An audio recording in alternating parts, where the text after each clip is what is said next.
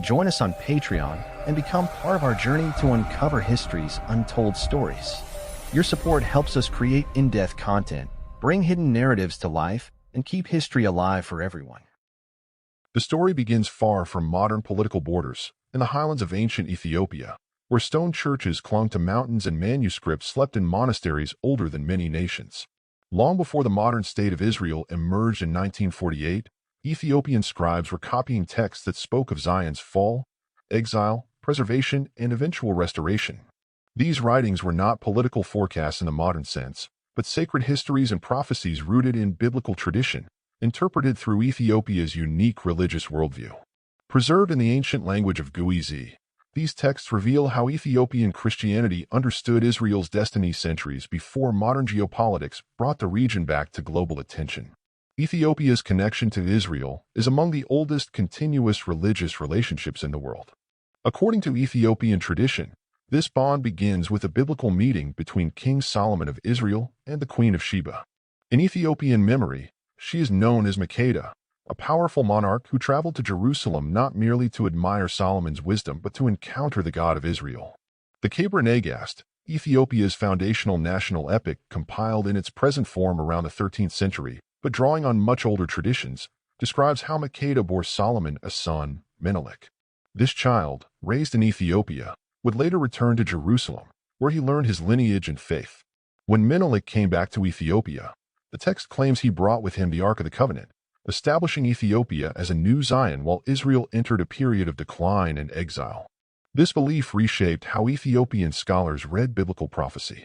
For them, Israel's history did not end with destruction and dispersion, but unfolded in two sacred streams.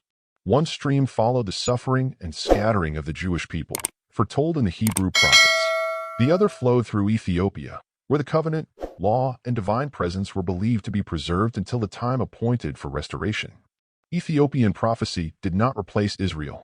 It safeguarded Israel's spiritual inheritance until history completed its circle. Texts preserved in the Ethiopian biblical canon and related literature, including Jubilees, Enoch, Isaiah, Jeremiah, Ezekiel, and the Psalms as interpreted by Ethiopian theologians, repeatedly speak of Israel's punishment followed by renewal. Ethiopian commentaries emphasized passages describing Jerusalem laid waste, the people scattered among nations, and the covenant seemingly broken, only to be remembered again by God in the latter days. These prophecies were not abstract theology. They were read as living history unfolding across centuries. The book of Isaiah held particular importance. Ethiopian manuscripts preserve interpretations emphasizing chapters that speak of Israel as a suffering servant nation, cast down yet never abandoned. The words about desolate Zion being clothed again, about children returning from afar, and about the nations witnessing Israel's restoration were seen not as poetic exaggeration but as promises delayed by divine timing. Ethiopian scholars believe that exile was not the end of Israel's story, only its long night. The Ethiopian book of Enoch added another dimension. In Enoch's visions, history moves through appointed ages, each governed by divine law. Nations rise and fall according to righteousness, not power. Ethiopia preserved Enoch's apocalyptic worldview when it disappeared elsewhere, and within that worldview, Israel's fate was inseparable from cosmic justice. The scattering of the righteous, the corruption of rulers, and the eventual intervention of God formed a pattern that Ethiopian readers applied to Israel's long exile. Enoch speaks of a chosen people preserved through judgment, hidden yet remembered until the final age. The Book of Jubilees, also preserved fully only in Ethiopia, reinforces this theme by retelling Genesis and Exodus through a lens of covenant faithfulness and failure. Jubilees emphasizes that land is granted conditionally, dependent on obedience. Ethiopian interpreters understood Israel's loss of sovereignty not as divine rejection, but as covenant discipline. Yet Jubilees also insists that God remembers his oath to Abraham forever. For Ethiopian theologians, this meant that Israel's return to its land was inevitable, even if centuries passed before its fulfillment. Throughout the medieval period, Ethiopian monks continued to copy and interpret these texts while Israel existed only as memory and prayer. Jewish communities lived scattered across Europe, North Africa, and the Middle East, often persecuted and powerless. Yet Ethiopian tradition never treated Israel as finished. Instead, Ethiopian liturgy and writings spoke of Jerusalem as sleeping rather than dead, waiting for a moment of awakening known only to God. One of the most remarkable aspects of Ethiopian prophecy is how it conceptualized time. Ethiopian Christianity rejected linear progress as understood in modern history, and instead viewed time as cyclical and purposeful. Events repeat in different forms until divine intention is completed.